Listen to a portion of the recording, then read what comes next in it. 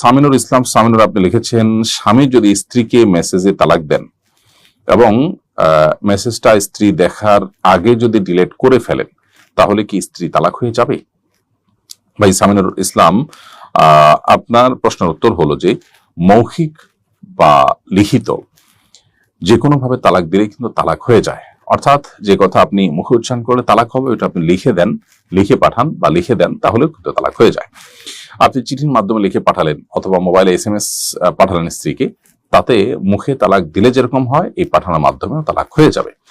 কিন্তু পাঠানোর পর স্ত্রী সিন করার আগে আপনি যদি ডিলিট করে ফেলেন, তাতেও তালাক কিন্তু হয়েই যাবে।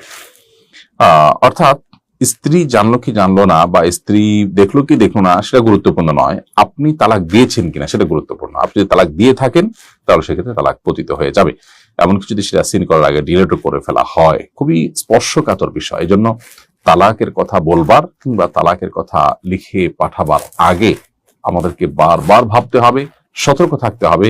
এটি ছেলে খেলা নয়, এটি একটি সংসার, দুটি বন্ধন, দুটি পরিবার, তাদের জীবনের সবচেয়ে গুরুত্বপূর্ণ সিদ্ধান্ত। বিধায় এটার আগে বহুবার ভাবতে হবে এবং শান্তভাবে সিদ্ধান্ত নিতে হবে। তা নাহলে আমাদেরকে প্রায়শ্চিত্ত করতে হবে, এবং এক্ষেত্রে আসলে তালাক হয়ে গেলে আর সেটাকে ফেরাবার কোনো সুযোগ থাকে না।